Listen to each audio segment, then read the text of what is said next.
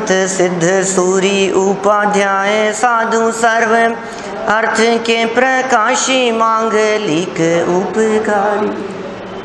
तिनको स्वरूप जान रागते भई जो भक्ति काय को नमाई स्तुति को उचारी है। धन्य धन्य तिन ही ते काज सब आज भय कर जोड़े बार बार वंदना हमारी है। मंगल कल्याण सुख ऐसो हम चाहते हैं हो मेरी ऐसी दशा जैसी तुम धारी है। हो मेरी ऐसी दशा जैसी तुम धारी है। हो मेरी ऐसी दशा जैसी तुम धारी है। वितराग विज्ञान पाठमाला भाग 1 को आधार बनाकर षट आवश्यक 6 आवश्यकों की चर्चा कल हमने यहाँ प्रारंभ की है।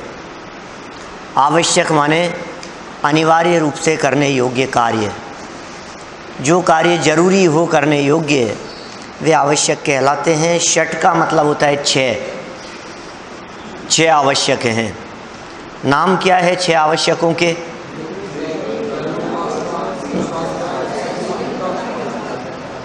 देव पूजा गुरुपास्ति स्वाध्याय संयम स्तप है दानम चेति गृहस्थानाम षटकर्माणि दिने दिने।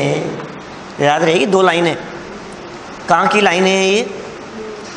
पद्मनंदी पंचविंशति का नाम का एक ग्रंथ आचार्य पद्मनंदी स्वामी का लिखा हुआ, उसकी ये 2 पंक्तियाँ हैं, है ना। वापस एक बार सब बोल ले में। देव पूजा गुरुपास्ति स्वाध्याय संयम स्तप दानम चेति गृहस्थानाम षटकर्माणि दिने दिने। 6 नाम सभी को याद हो गए हैं। प्रश्न किया श्रोता ने, कृपया इन्हें संक्षेप में समझा दीजिए। संक्षेप में समझ तो लें हम। देखिए, जैन दर्शन में कोई भी ऐसी क्रिया जो क्रिया समझ पूर्वक नहीं की गई है उसका कोई फल नहीं है। कल्याण मंदिर नाम का एक स्तोत्र है, उसमें आचार्य देव ऐसा कहते हैं, यस्मात् क्रिया प्रतिफलंती न भाव शून्या। भाव शून्य क्रिया, यस्मात् क्रिया, कोई भी क्रिया हो, प्रतिफलंती उसके फल देने संबंधी बात, न माने नहीं देती है भाव शून्या। यदि भाव उसके साथ में जुड़े हुए नहीं हो तो कोई भी क्रिया विशेष फल नहीं देती है। इसका मतलब जैन दर्शन में क्रिया की तुलना में परिणामों का, भावों का विशेष महत्व है। ठीक है सब। आप क्या कर रहे हैं इसकी अपेक्षा से जैन दर्शन ये कहता है आपकी क्रिया के साथ साथ आपके परिणाम कैसे चल रहे हैं। परिणाम मतलब भाव, विचार, तो भावों का महत्व है। इसलिए 6 आवश्यकों का पालन तो करें, लेकिन 6 आवश्यकों का पालन करते हुए हम ये देखें हमारे भाव कैसे हैं। ठीक है ना।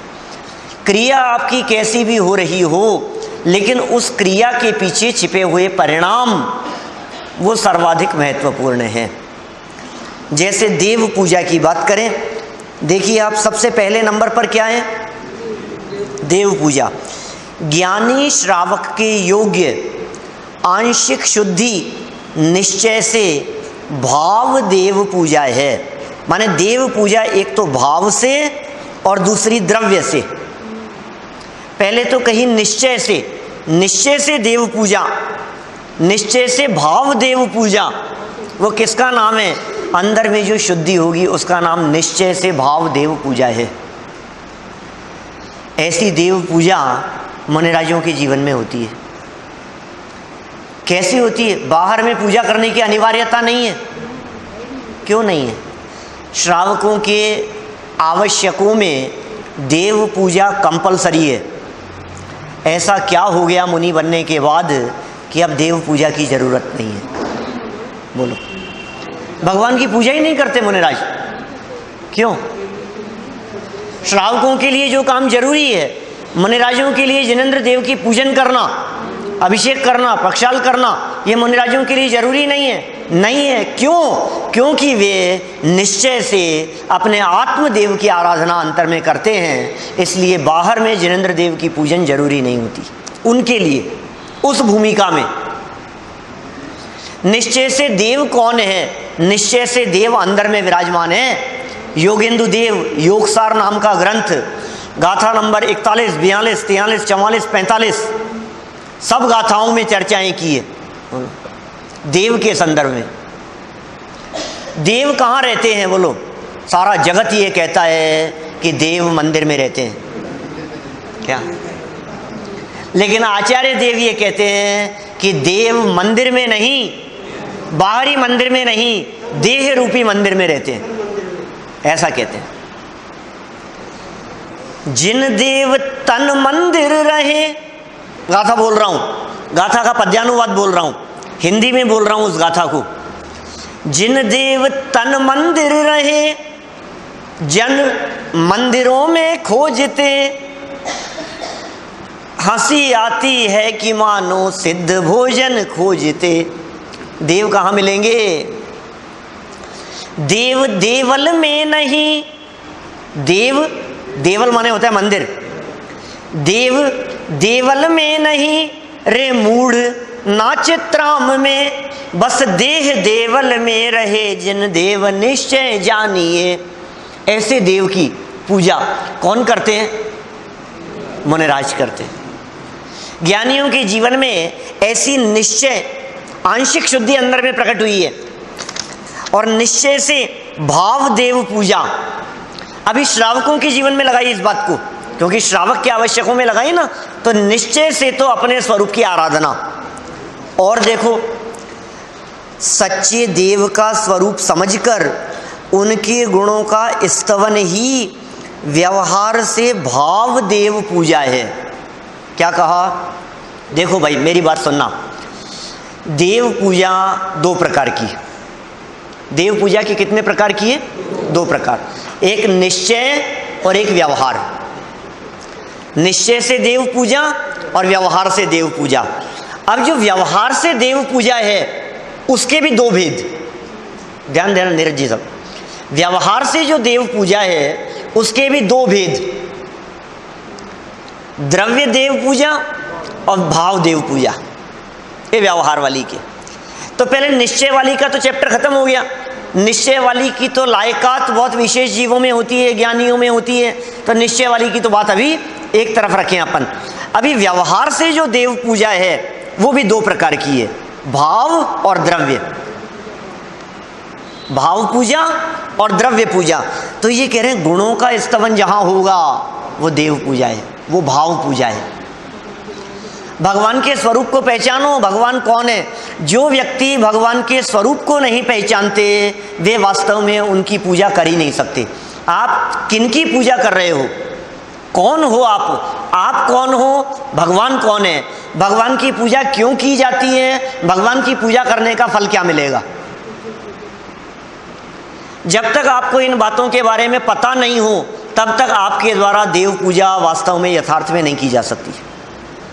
आपको पता ही नहीं है मैं कौन हूं और वो कौन है, मैं उनकी पूजा क्यों करता हूं। बोलो, समाज में जितने लोग पूजा करते हैं, एक भी व्यक्ति से यदि आप ये पूछो कि आप पूजा क्यों करते हैं और किनकी करते हैं और इनकी पूजा करने से क्या मिलेगा, तो 99% लोगों के जवाब ये मिलेंगे कि घर में सुख शांति रहेगी, पूजा तो करना ही चाहिए, हम तो श्रावक हैं। लेकिन क्यों करते हो ये तो बताओ। परिणामों में शुद्धि के लिए करनी चाहिए। भगवान की पूजा इसलिए कर रहे हैं, हम बोलते हैं ना, तुम जैसा बनने के कारण शरण तुम्हारी आया, नाथ तुम्हारी पूजा में सब स्वाहा करने आया। तुम जैसा बनने के कारण शरण तुम्हारी आया। देव शास्त्र गुरु पूजा, और उस देव शास्त्र गुरु पूजा में अर्घ की वे पंक्तियां यह अर्घ समर्पण करके प्रभु निज गुण का अर्घ बनाऊंगा, और निश्चित तेरे सदृश प्रभु अरहंत अवस्था पाऊंगा। बोलो, आप कर रहे हैं पूजा, ऐसे की जाती है पूजा। पूजा का उद्देश्य तो ये है, हे जिनेंद्र देव आपको देखता हूं तो आप जैसा बनने की भावना जागृत होती है। ये जिनेंद्र देव की पूजा, ये भाव पूजा, भाव आपके पूजा के साथ में लगे रहें। हजारों बार मैंने ऐसा महसूस किया है, पूजन करते समय, पूजन कराते समय, विधान करते कराते समय, जब मैं लोगों से पूछता हूँ तो पंक्तियों का अर्थ पता नहीं होता है, क्या बोल रहे हैं, क्या कर रहे हैं, हमें कुछ नहीं पता है। यहाँ कह रहे हैं भाई साहब भाव से करो, समझ में नहीं आए तो पूछो, समझ पूर्वक करो, ना समझी में की गई क्रिया वो कुछ फल प्रदान नहीं करेगी। समझ पूर्वक। देखो ये कह रहे हैं आगे, मिठाइयाँ नहीं चढ़ानी चाहिए, क्या है ये? देखो हमारे यहाँ तो जैसे प्रश्न पूछ रहे हैं ऐसा, ये सब पुष्प नहीं चढ़ाने चाहिए, मिठाइयाँ नहीं चढ़ानी चाहिए। एक्चुअल में क्या है, जैन परंपरा दो भागों में बट गई है, एक 13 पंथ आमनाएं और एक 20 पंथ आमनाएं, है ना। अभी यदि मैं शुद्धता की यदि बात करूं तो जो शुद्धता 13 पंथ आमनाएं में है वैसी शुद्धता, वैसा विवेक 20 पंथ आमनाएं में बचा नहीं है। अनेक बार ऐसा महसूस करते हैं उनकी क्रियाओं को देख करके कि ये सब हिंदुत्व की तरफ बढ़ रहे हैं। क्या सारा जितना व्यवहार हो रहा है, हमारे यहाँ भगवान खाते नहीं हैं, खाते पीते नहीं हैं, हमारे यहाँ कोई चढ़ावा नहीं होता, उनके यहाँ तो प्रसाद होता है। हिंदुओं में तो प्रसाद चढ़ाया जाता, मतलब वो चढ़ाया जाता है, फिर चढ़ाने के बाद में उसी चढ़ाए हुए को जो चढ़ाते हैं वही आपस में मिल बांट के खा लेते हैं।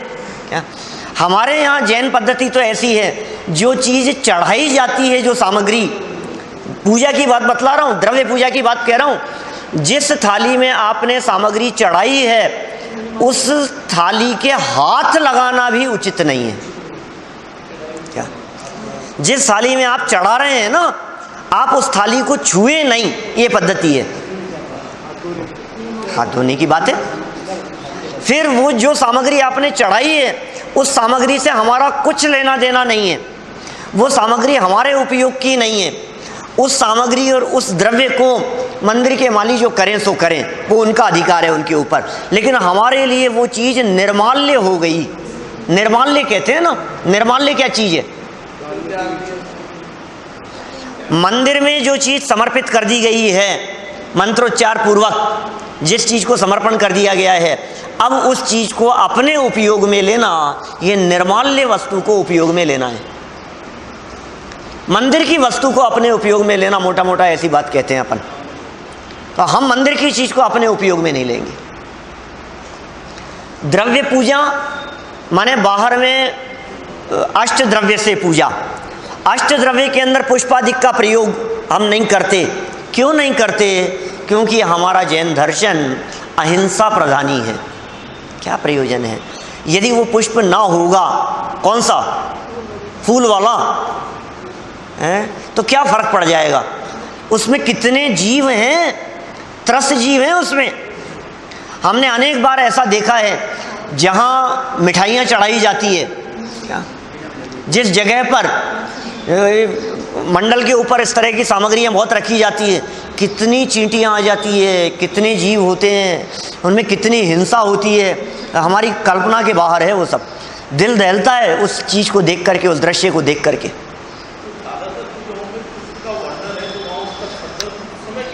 नहीं, पुष्प माने सिर्फ पीले चावल, वो प्रतीक मात्र है। देखिए, वास्तव में अष्ट द्रव्य का उद्देश्य मात्र इतना है कि पूजन करते समय हमारा उपयोग उसके साथ में जुड़ा रहे। क्या? इसलिए द्रव्य पूजा के साथ में भाव पूजा, अकेले भाव पूजा नहीं, भाव पूजा के साथ में द्रव्य पूजा। द्रव्य पूजा की तुलना में भाव पूजा श्रेष्ठ है, भाव सहित द्रव्य पूजा, और भाव सहित द्रव्य पूजा की तुलना में यह निश्चय पूजा श्रेष्ठ है। विधि पूर्वक करना। अब विधि क्या है? समस्या ये है कि जब पूजन की विधि की चर्चा करते हैं तो समाज में जितने मंदिर हैं उतनी पूजन की विधियां हैं।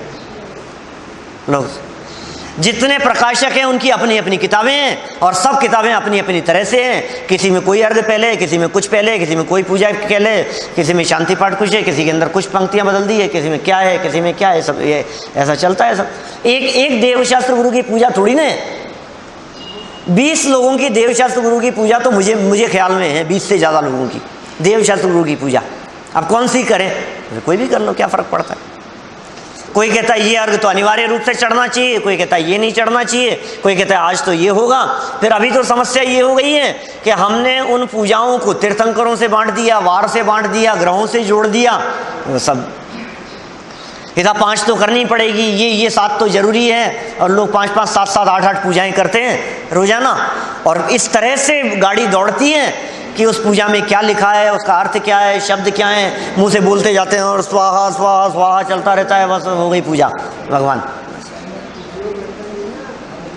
हमारे यहाँ देव पूजा कही है, श्रावकों के लिए अनिवार्य कही है, लेकिन देव पूजा के अंतर्गत यह अनिवार्यता नहीं है कि 5 करो के 7 करो। आपके पास में जितना समय है उतनी करो, क्या कम करो, कोई बात नहीं, कोई अनिवार्यता नहीं है। कोई अनिवार्यता नहीं है कि आप 50 अर्घ चढ़ाएंगे।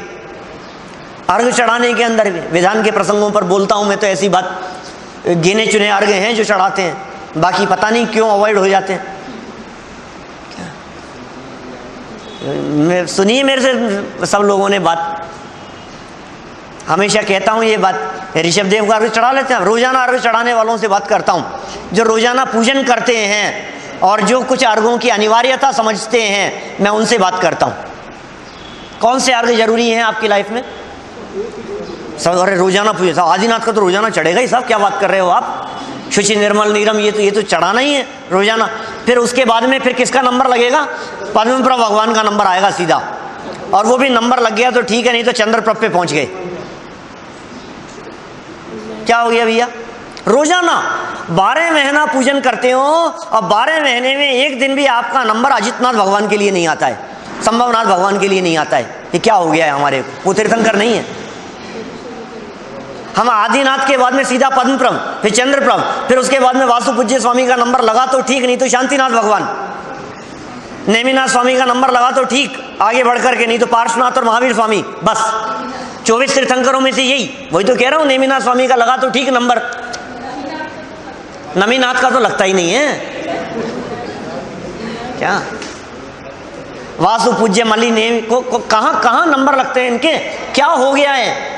इसलिए जब भी मैं विधान कराता हूँ, छावड़ा जी साहब आपने तो महसूस किया है, अपने कई बार अपन ने अष्टानिका में विधान किए 8-8 दिन के, यहाँ भी किए हैं, मुसलमानों के मंदिर में भी किए। माने जब 8 दिन के विधान कराते हैं तो पूरे 24 तीर्थंकरों को अर्घ चढ़ाते हैं, हम लाइन से चढ़ाते हैं। हमारी कोई अनिवार्यता नहीं है, हमारे लिए 24 तीर्थंकर बराबर है। क्या हाँ, इतना जरूर हो सकता है कि पहले थे आदिनाथ इसलिए उनकी एक अलग महिमा है, और भगवान महावीर स्वामी का शासन काल चल रहा है इसलिए उनकी महिमा है। उन्हीं के शासन में जी रहे हैं हम लोग, भगवान महावीर स्वामी का शासन काल चल रहा है। लेकिन बाकी तीर्थंकरों को अर्घ तो बदल बदल करके चढ़ाए जाने चाहिए।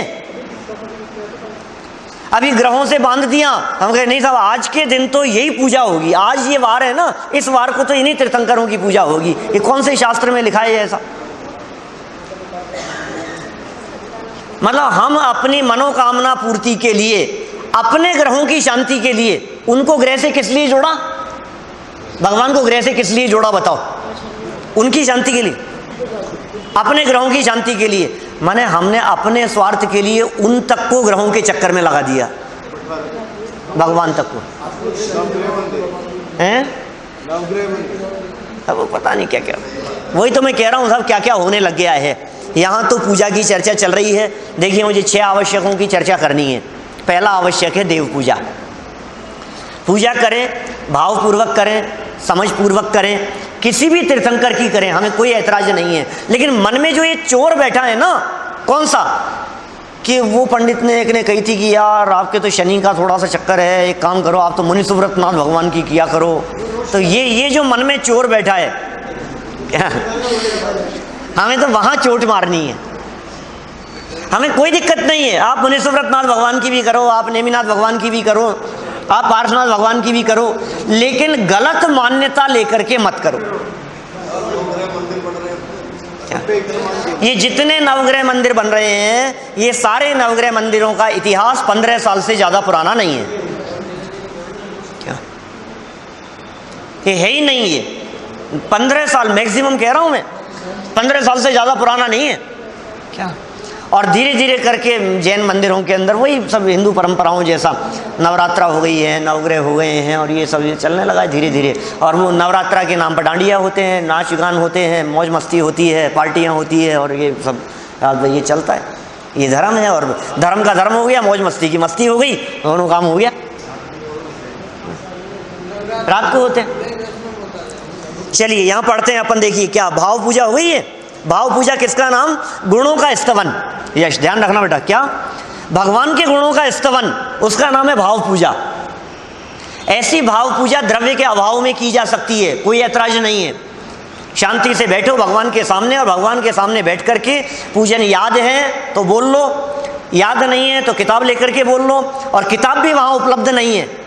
बहुत से क्षेत्र ऐसे क्षेत्र हैं जिन क्षेत्रों में चले जाते हैं तो पुस्तक अवेलेबल नहीं होती। ऐसे दक्षिण भारत में इस तरह के प्राचीन क्षेत्र हैं, बहुत बहुत किताबें नहीं है मंदिरों के अंदर, कोई नहीं, कोई आता जाता ही नहीं है। महीनों महीनों में कोई व्यक्ति वहां पहुंचता है, कुछ भी नहीं है आपके पास में साधन। किसी ऐसे जगह पर हैं आप, समझ लीजिए आप ट्रेन में सफर कर रहे हैं, 24 घंटे का सफर है, 40 घंटे का सफर है। आजकल शायद कम हो गया होगा, पहले तो यहाँ से जयपुर से बेंगलोर जाओ, श्रवण बेलगोला जाओ तो 40-40 घंटे लगते थे, अभी भी लगते हैं 40-45 घंटे, 44 घंटे। तो इतना लंबा समय लग रहा है तो जिनेन्द्र देव की पूजा का क्या होगा?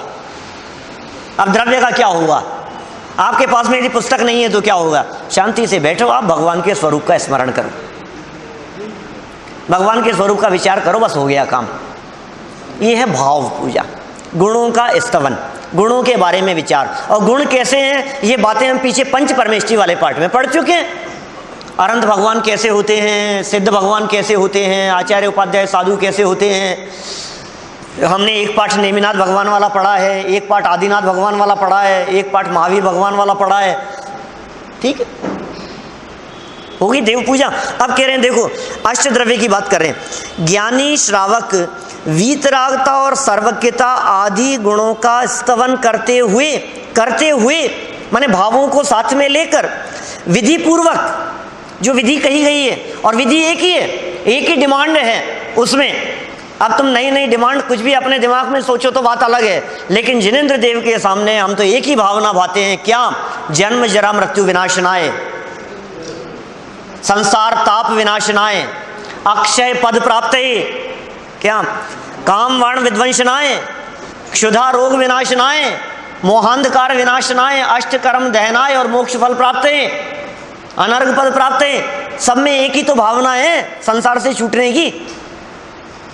क्या इसके अलावा दूसरी क्या डिमांड की है बतलाओ? कुछ भी तो नहीं मांगा है हमने। हे भगवान, सब जगह एक ही तो बात कही है, जन्म जरा मृत्यु नष्ट हो जाए, जन्म मरण का अभाव हो जाए, ये संसार की ताप मिट जाए, यही तो बात कह रहे हैं हम। अब हमारी नई डिमांड शुरू होती है। ये जो बात थी, इस बात को तो हम भूल गए पूजन करते समय, जो बोल रहे हैं उसको तो भूल गए, और दिमाग में क्या चल रहा है? हे भगवान, धन संपत्ति प्राप्त है। क्या बोलो? कुछ पूजाओं में तो लिखा ही नहीं है, ग्रह शांति निवारक है, कुछ भी में लिखा है कि ये पूजा करने से सुख संपत्ति। देखो एक्चुअल में क्या है, ये सब तो सहज होता है, भगवान करते नहीं है, लेकिन इस भावना से पूजन करना वो गलत है। भगवान की पूजन करने से आपके जो पुण्य बंधेगा, उस पुण्य से अनुकूल कार्य अपने आप होंगे। क्या भगवान करेंगे ऐसा नहीं, वो काम आपके होंगे, लेकिन ये काम हो जाए इसलिए पूजा करूं तो स्वार्थी है, ये तो गलत बात है, ये बात तो ठीक नहीं है। इन विषयों के संदर्भ में, भगवान के अकर्तावाद आदि विषयों के संदर्भ में बालबोध पाठमाला भाग 1 पर किए गए जो प्रारंभिक प्रवचन थे, जिसमें तीर्थंकर भगवान आदि की चर्चा की है, उनको आप एक बार पुनः सुने। क्या वहाँ हमने ऐसी बहुत सारी बातें की है, बहुत चर्चाएं की है हमने। भगवान क्यों नहीं करता है, भगवान क्यों नहीं कर सकते हैं, भला क्या होगा? देखो विधि पूर्वक, विधि भी है, आवाहन, स्थापन, सन्निधिकरण, पूजन, विसर्जन, ये 5 अंग मुख्य कहे हैं। ठीक है ना। विधि पूर्वक अष्ट द्रव्य से, 8 द्रव्य, कौन कौन से 8 द्रव्य, इसके आगे वाला जो भाग आएगा ना उसमें देवशास्त्र गुरु की पूजन है, उसमें पूजन दिया आगे वाले भाग में, आगे वाले पाठ में नहीं, आगे भाग में, भाग 2 में, उसमें देवशास्त्र गुरु की पूजन है। वहां जब हम उस पूजन की चर्चा करेंगे, पूजन का अर्थ करेंगे, तो अष्ट द्रव्य की भी बात करेंगे, अष्ट द्रव्यों के प्रयोजन की भी बात करेंगे, इनके क्रम की भी बात करेंगे, इनके प्रयोजन की भी बात करेंगे कि ये क्यों चढ़ाए जा रहे हैं। ये सारी बातें अपन आगे करेंगे, लेकिन उसमें लगेंगे 2-3 महीने, 1.5-2 महीने तो मैं गायब ही हूँ बीच में। अभी इस भाग के बाद तो मैं चला ही जाऊंगा ना बाहर। देखिए क्या कह रहे हैं, विधि पूर्वक अष्ट द्रव्य से पूजन करते हैं, उसे द्रव्य पूजा कहते हैं। ठीक है, द्रव्य पूजा में भी बहुत सावधानियां रखने की जरूरत है। द्रव्य पूजा भी साधारण बात नहीं है। द्रव्य से जब हम पूजन करते हैं तो सामग्री धुली हुई होनी चाहिए, शुद्ध होनी चाहिए, शुद्ध वस्त्र पहने हुए होने चाहिए, धुले हुए वस्त्र होने चाहिए।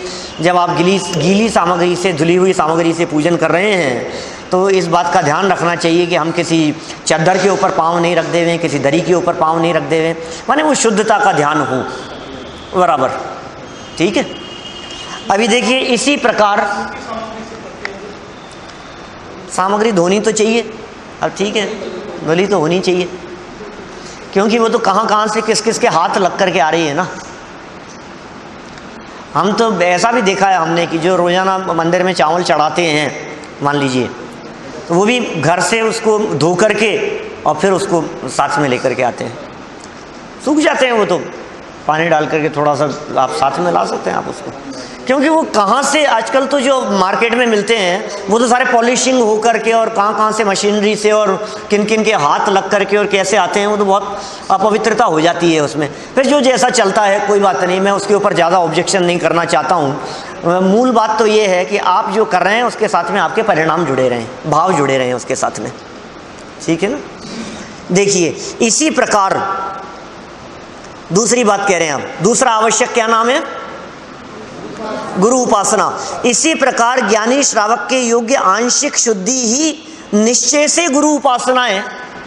ये निश्चय से गुरु उपासना किसका नाम है, ज्ञानी श्रावक के योग्य आंशिक शुद्धि, वो तो निश्चय से, और उसके साथ में गुरुओं की उपासना। ये कैसे होगी गुरु उपासना, इसका बहुत विस्तार हो सकता है। तुम्हें पहले बताया जा चुका है कि अनंत और सिद्ध भगवान देव कहलाते हैं और आचार्य, उपाध्याय और साधु गुरु कहलाते हैं। पांच परमेष्टियों में 2 तो देव हैं, अनंत और सिद्ध, और 3 गुरु हैं, आचार्य, उपाध्याय और साधु। तो गुरु उपासना माने गुरुओं की सेवा, गुरुओं की उपासना मतलब गुरुओं के सानिध्य में रहें, गुरुओं के निर्देशन में चलें, ये भी गुरु उपासना है। गुरु के उपदेश को स्वीकार करें, ये भी गुरु उपासना है। गुरुओं की वैयावृत्ति करें, उनके आहार विहार निहार आदि की व्यवस्था हमारे माध्यम से हो। ध्यान रखना मैं क्या कह रहा हूँ, मर्यादा में यदि काम किया गया है तब तो गुरु उपासना है, क्या नहीं तो गुरु उपासना के नाम पर गलत काम नहीं होना चाहिए। एक है परिचय और एक है उपसर्ग। उपसर्ग और परिचय में क्या अंतर है? मुनिराजों के लिए जिन जीवन पद्धति के अंतर्गत लाइफ टाइम, अपनी लाइफ में, अपने जीवन में जिन प्रतिकूलताओं का निर्वाह करना कंपलसरी हो, उनका नाम है परिचय। परिचय 22 परिचय है, 22 परिचय होती है, वो मुनिराज के जीवन में कंपलसरी है, अनिवार्य रूप से होगी। उनको दूर करने की जिम्मेदारी किसी श्रावक की नहीं होनी चाहिए, परिचयों की। लेकिन यदि मुनिराज पर कोई उपसर्ग आता है तो यह हमारा जिम्मेदारी बनती है, यह हमारा दायित्व है कि हम उनके उपसर्ग को दूर करें। समझ में आ रही है बात कि साहब ये परिचय कौन कौन सी है? तो शुद्ध पिपासा, शीतोष्ण, दंशमशक, नाग्नारति, स्त्रीचर्या निषेध्य, शय्याक्रोश, वध, याचना लाभ, रोग, तृण स्पर्श, मल, सत्कार, पुरस्कार, प्रज्ञा ज्ञान, दर्शनानी, ये सूत्र दिया है। इसमें 22 शब्द कहे हैं, 22 परिचयों की बात कही है।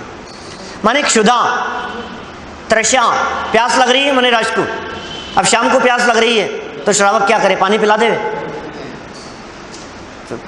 सहन करना पड़ेगा। ये तो भूख भी है, प्यास भी है, सर्दी लग रही है, अब क्या करें बोलो? कुछ उड़ा दें, हीटर लगा दें? गर्मी लग रही है, क्या करना चाहिए बोलो? ये सर्दी, गर्मी, भूख, प्यास आदि जो हैं, मच्छर काट रहे हैं, तो गुड नाइट लगानी चाहिए कि नहीं उनके? नहीं, चतुर्थ काल की बात नहीं कर रहा हूं। 22 परिच्छेद तो मुनिराजों की जीवन का अंग है भाई साहब। ये बात चौथे काल की नहीं है।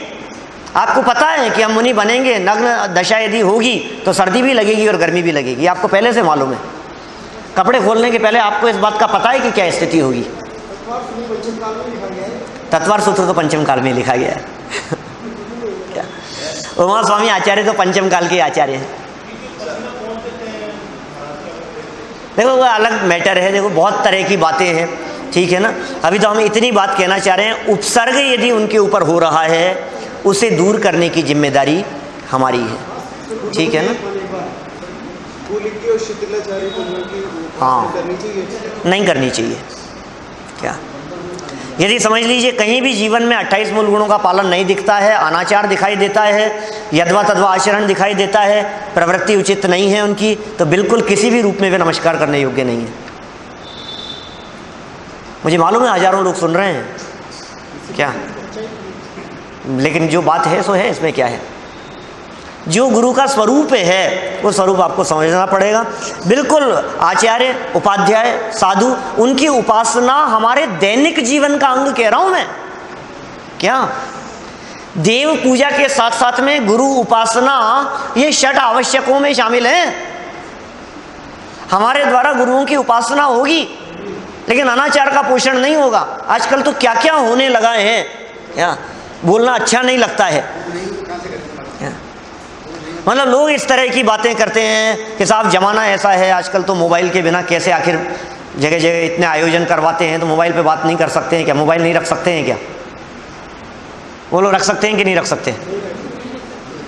क्या फर्क पड़ गया साहब? अच्छा नहीं रखें, आप बात करा दो अपने फ़ोन से, सावड़ा ये सब क्या नहीं चलेगा। हाँ बोलते हैं ना, रोज बोलते हैं, वेनाडा जी रोज बोलते हैं, लड़ता से बोलते हैं टीवी पर। हाँ सब होने लग गया ऐसा।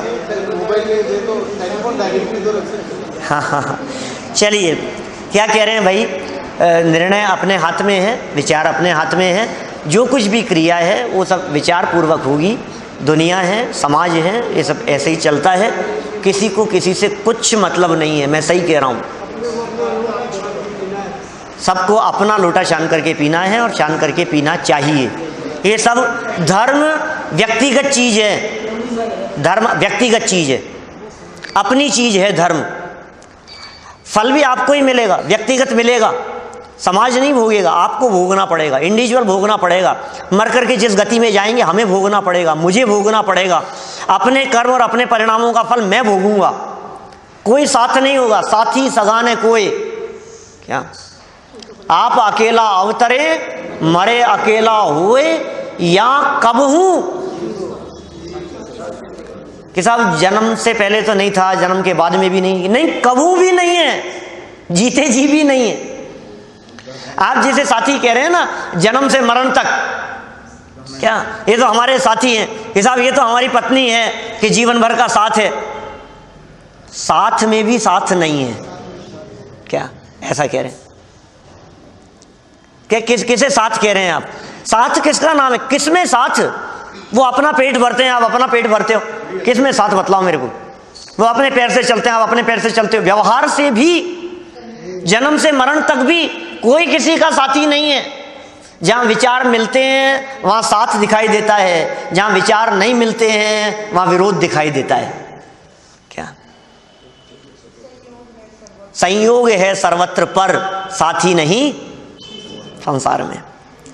देखिए गुरु उपासना, सेवा हो, हाँ साहब, आंशिक शुद्धि का मतलब ये है कि संवर निर्जरा अंदर में प्रकट हो गए हैं तो काम होगा। आंशिक मतलब बहुत अल्प मात्रा में, अंदर की शुद्धता। अंदर में शुद्धता होगी तो बाहरी शुद्धता काम की है, अंदर में शुद्धता नहीं है तो बाहरी शुद्धता किसी काम की नहीं है। आंतरिक शुद्धता की बात है, इसलिए पढ़ो, समझो गहराई से। 2 हो गए, तीसरा देखो फटाफट क्या कह रहे हैं आगे। ज्ञानी श्रावक के योग्य आंशिक शुद्धि ही निश्चय से स्वाध्याय है। ये तो निश्चय की बात कर दी है ना, मतलब निश्चय पक्ष में तो अंदर की शुद्धि की बात कही है।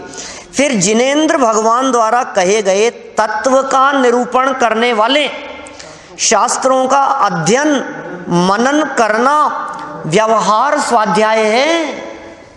क्या? शास्त्रों का अध्ययन करना, शास्त्रों का मनन करना, अभ्यास करना, पढ़ना पढ़ाना, ये स्वाध्याय है। ये स्वाध्याय करने से आपके परिणामों में निर्मलता आती है। ये स्वाध्याय करने से आपके परिणाम मंद होते हैं, शांत होते हैं, कषायें मिटती हैं, क्या सहजता आती है, सरलता आती है। आगे पीछे भले ही जो कुछ भी हो, लेकिन कम से कम जिस समय आप स्वाध्याय कर रहे हैं उस समय तो होगी ही, और उसका असर भी। इसलिए जैसे ही दूर भागो, क्या वापस नजदीक आ जाओ। जैसे ही दूर भागोगे, है ना, जैसे वो है ना नेवला, क्या चले जाता है वो। नाग दमनी नाम की एक जड़ी बूटी होती है, क्या नारवेल, नाग दमनी ऐसी जड़ी बूटी होती है वो, उसको सूंघने से सर्प का जहर उतर जाता है। तो नेवला और सर्प ये दोनों जब झगड़ते हैं, लड़ाई करते हैं, तो नेवला ऐसी जगह चुनता है जहां वो बूटी हो,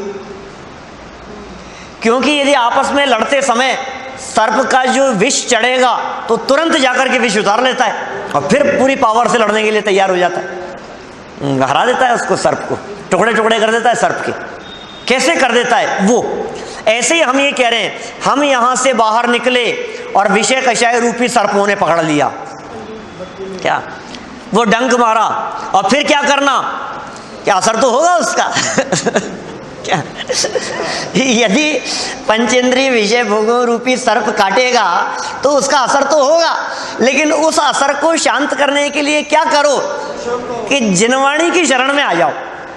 क्या जिनवाणी की शरण में आओ और उसके असर को मिटा दो। क्या इसलिए बार बार में जितना जिनवाणी के सानिध्य में रहेंगे, जितना देखो वास्तव में स्वाध्याय क्या चीज है, स्व प्लस अधि प्लस अय। स्वाध्याय का जब संधि विच्छेद करते हैं ना व्याकरण की दृष्टि से, तो स्व और अधि, अधि मतलब होता है जानना, स्व अधि अय, अपने आप को जानना ही वास्तव में स्वाध्याय है। क्या वो है असली स्वाध्याय।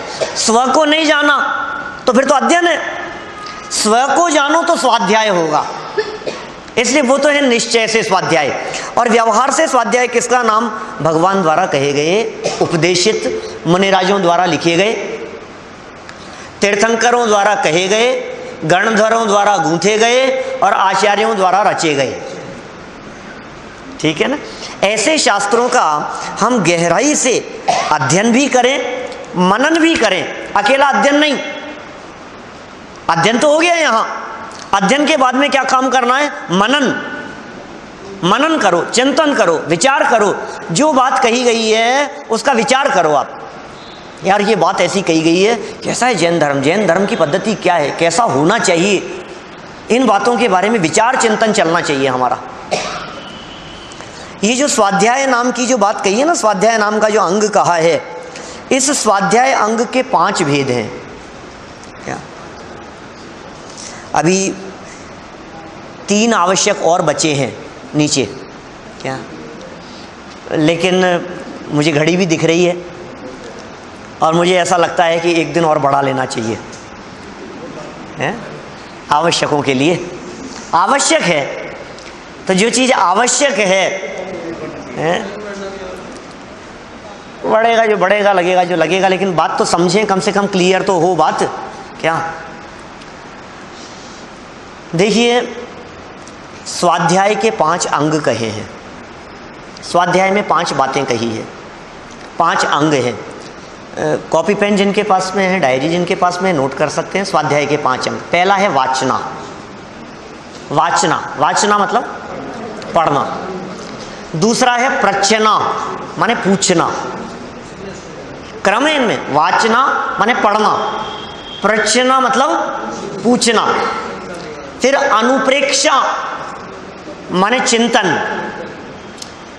वाचना, प्रचना, अनुप्रेक्षा। देखिए भाई, साथ साथ में बोलेंगे तो याद होंगे।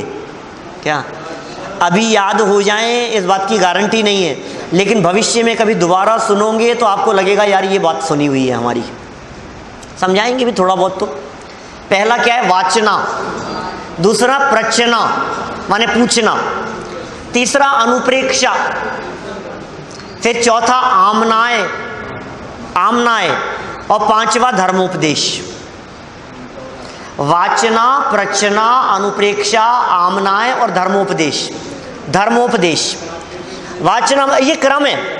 अभी समस्या क्या हो रही है? पढ़ा नहीं है, पूछा नहीं है, चिंतन नहीं है, उसका गोलन नहीं है और उपदेश चालू है। क्या समस्या ये हो रही है? सुनना नहीं सुनाना चाहे, यही समय का फेर है। आज देश में श्रोता दुर्लभ, वक्ताओं का ढेर है। जो देखो वो वक्ता हैं, सब वक्ता हैं, समझाने के लिए सब तैयार हैं, समझना कोई नहीं चाहता है। हम कहते हैं पहले पढ़ो, पढ़े बिना पूछो भी मत। क्या? वाचना के बाद प्रचना होगा, पूछने का जो काम होगा वो पढ़ने के बाद होगा। आपने पढ़ा तो है नहीं और पूछो तो क्या पूछोगे आप बताओ? कुछ का कुछ पूछोगे इधर उधर। इसलिए पहले पढ़ो और फिर ना समझ में आए तो पूछो। फिर पूछने के बाद हमारा क्या दायित्व है? जो बात पूछने पर जवाब मिला है हमारे को, वाचना और प्रचना, पूछने के बाद जो जवाब मिला है उसका करो चिंतन, वो है अनुप्रेक्षा। ये भी स्वाध्याय है। इसका मतलब जब हम ट्रेन में सफ़र कर रहे हैं, जब हम बस में सफ़र कर रहे हैं, जब हम बाइक पर जा रहे हैं, इधर से उधर घूम रहे हैं, चल रहे हैं, टहल रहे हैं, और उस समय यदि पढ़ी हुई और पूछी हुई बात के संदर्भ में चिंतन चल रहा है तो इट मीन्स वो स्वाध्याय चल रहा है। ये स्वाध्याय का अंग है।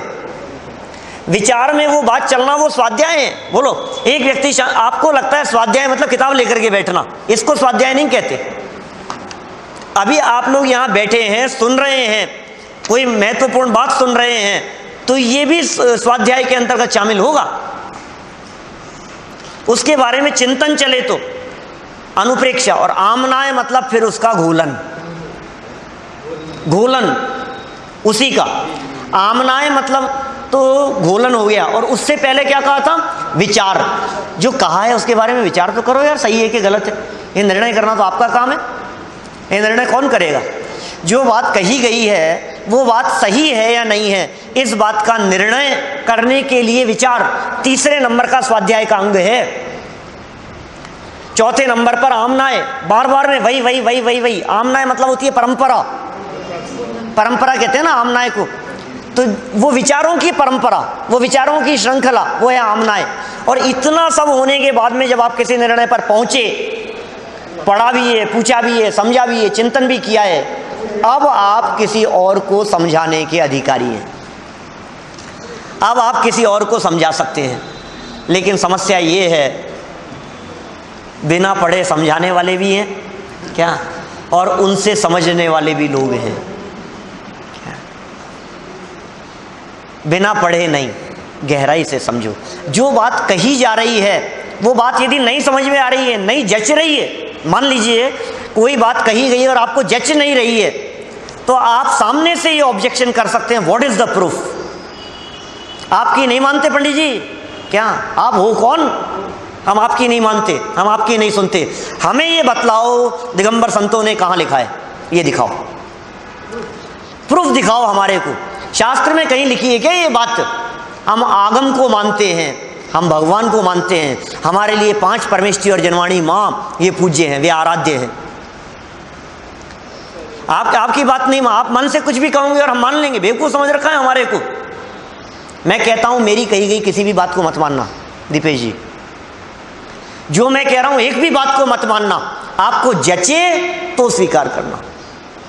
जो बात कही जा रही है वो बात यदि आपको लगती हो कि ये बात इनके घर की नहीं है, ये बात आचार्यों की कही गई है, तो उस बात को स्वीकार करना। क्या जैन दर्शन परीक्षा प्रधानी दर्शन है। निर्णय करने का, परीक्षा करने का अधिकार सबको है। आप निर्णय कीजिए। थोपने का काम नहीं है किसी के ऊपर कुछ भी, किसी के ऊपर कुछ नहीं थोपना। हर व्यक्ति स्वतंत्र है। 2 साल के बच्चे के ऊपर कोई बात नहीं थोप सकते आप। क्या कह करके तो देख लो। उसके मन के विरुद्ध काम होगा तो पलट के जवाब दे देगा। आप कुछ समझाने की कोशिश करोगे, मैं सब समझता हूँ बोलो, 2-4 साल का बच्चा आपको ऐसे सामने जवाब देता है मैं सब समझता हूँ। आप किसको समझाओगे?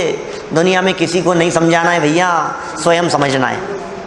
क्या दूसरे को समझाने से काम नहीं चलेगा, स्वयं समझना है। बहुत हृदय से बात मेरे को जचती है, कदम कदम पर ये बात दिखती है। किसी को नहीं समझा सकते, अच्छी बात हो तो भी किसी को नहीं समझा सकते, क्योंकि अच्छी तो तुम्हें लग रही है ना। क्या मत कहो, मत बोलो, नहीं समझे तो नहीं समझे, समझना हो तो समझ ले। क्या ये जिनवाणी की बात है भाई। इसलिए स्वाध्याय के 5 अंगों तक की हमने यहाँ बात की है। मैं समझता हूँ बातें समझ में आ गई होगी। पूजा के प्रकार बतलाए, पहले द्रव्य पूजा, भाव पूजा, ठीक है ना। फिर हमने गुरु उपासना की बात कही, निश्चय से, व्यवहार से गुरु उपासना के अंदर उनके पांव दबाना भी हो सकता है, उनकी वैयावृत्ति करना भी हो सकता है, ये सब गुरु उपासना के अंतर्गत शामिल है। उनके आहार विहार आदि की व्यवस्था भी हो सकती है, ये सब गुरु उपासना के अंतर्गत शामिल है। ये सब चर्चाएं की है। गुरु उपासना के बाद में तीसरे नंबर पर कहा स्वाध्याय, पढ़ो और समझो। कुछ पूछ रहे हैं भैया आप? अनुप्रेक्षा के अंदर सिर्फ इतना विचार किया गया है कि जो बात कही गई है वो प्रामाणिक है या नहीं है, वो बात जच रही है या नहीं है, तर्क युक्ति से वो बात हमारे दिमाग में फिट हो रही है या नहीं। ये तो है अनुप्रेक्षा। दिमाग में वो बात फिट हो गई, इसका नाम है अनुप्रेक्षा। अनुप्रेक्षा पूर्वक वो फिट होगी। अब वो जो बात फिट हो गई है वो बात दिमाग में बनी रहे, इसके लिए है आमनाएं, जुगाली कह सकते हैं अपन। इस तरह से ये 6 आवश्यकों में से 3 आवश्यकों की हमने चर्चा की है। हम हमारी भूमिका अनुसार इन 3 आवश्यकों का यथासंभव पालन करें। 3 का नहीं करना तो 6 का है, लेकिन आगे के 3 का पालन कैसे करना है उसकी चर्चा अपन कल करेंगे।